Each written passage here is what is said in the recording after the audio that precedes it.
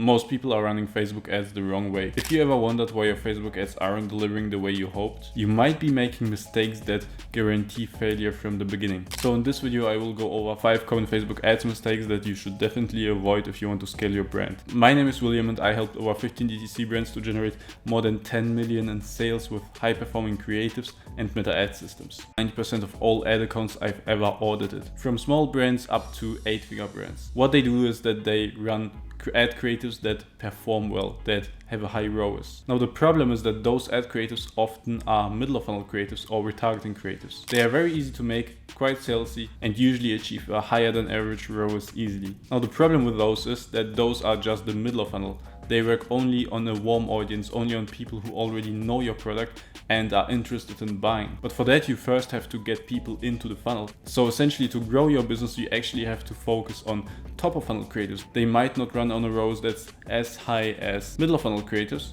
but in exchange they actually grow the brand to buy and give them just to understand what your product actually is and what it does. Those type of top of funnel creatives blend in with organic content, are less salesy and direct, and bring new customers to your brand. So if you want to grow your brand and not just sell with high ROAS, then you should definitely focus on top of funnel creatives. Now mistake number 2, no scientific split testing. What I see often is that brands just have an ad idea and then they just run that and test it. They do that multiple times per month or per week, and this is how they test new creatives and this is how they find new winners. Now the problem with that is that there's no scientific system, there's no iterative system, it's essentially gambling your ad budget. What you want to do instead is making split testing variants for each creative idea that you have. For example, whenever we prepare a video, it's not just one video, but we prepare the same video with the same body, but 3 different hooks. Now when we launch this in an ad set, just with the variations, we see which hook performs the best and we can conclude why that is and base new creatives on those learnings. In addition,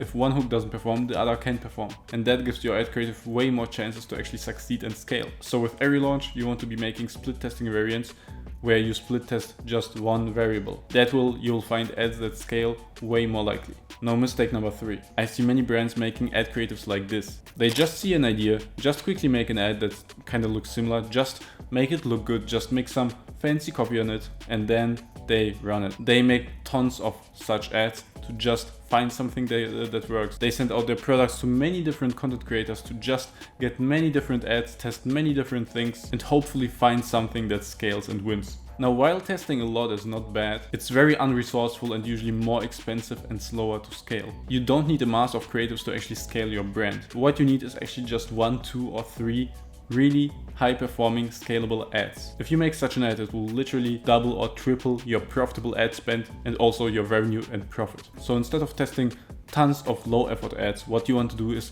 investing the same time but just on a few very precise concepts. This is why for every brand we just prepare 1 iteration and 1 new concept per week. We spend all the days on just 1 creative where we write every single word, every single sentence based on previous data, based on psychology, based on copywriting principles. So it's very, very likely to convert and scale.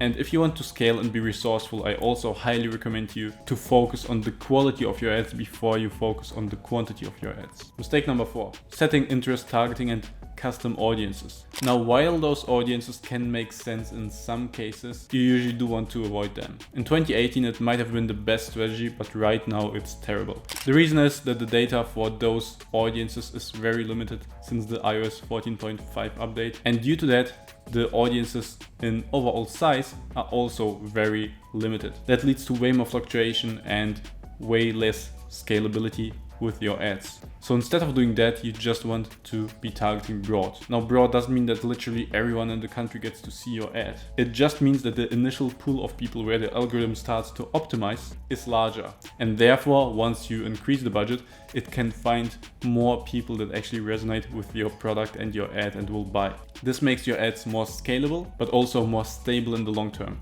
And the last mistake, number 5, setting cost caps and bid caps. Now before you hang me, hear me out. I know that there are big brands that are running cost caps and bid caps, but there are some fundamental problems with that. While it sounds nice and quite automated that you spend only as much as you're comfortable to spend for your performance and results, the issue with caps is that when you initially start testing, it might be that your ads get no spend at all. And when you do that, you just don't get the ball rolling. You don't know why you did wrong. You don't get any metrics or data. The algorithm doesn't optimize. You just can't move forward. But it also has a very big disadvantage for big brands. If you run on cost caps or bid caps, Facebook will always try to get you the best cost per result.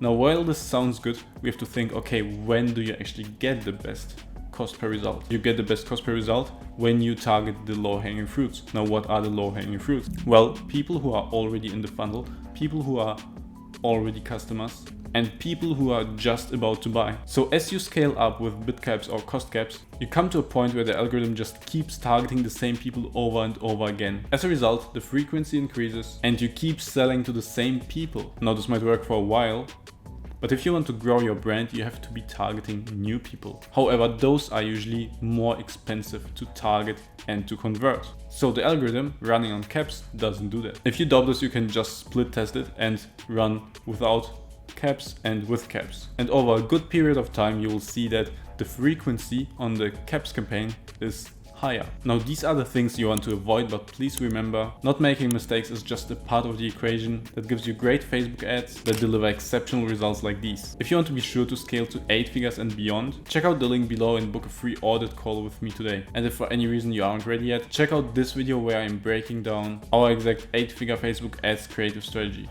See you on the other side.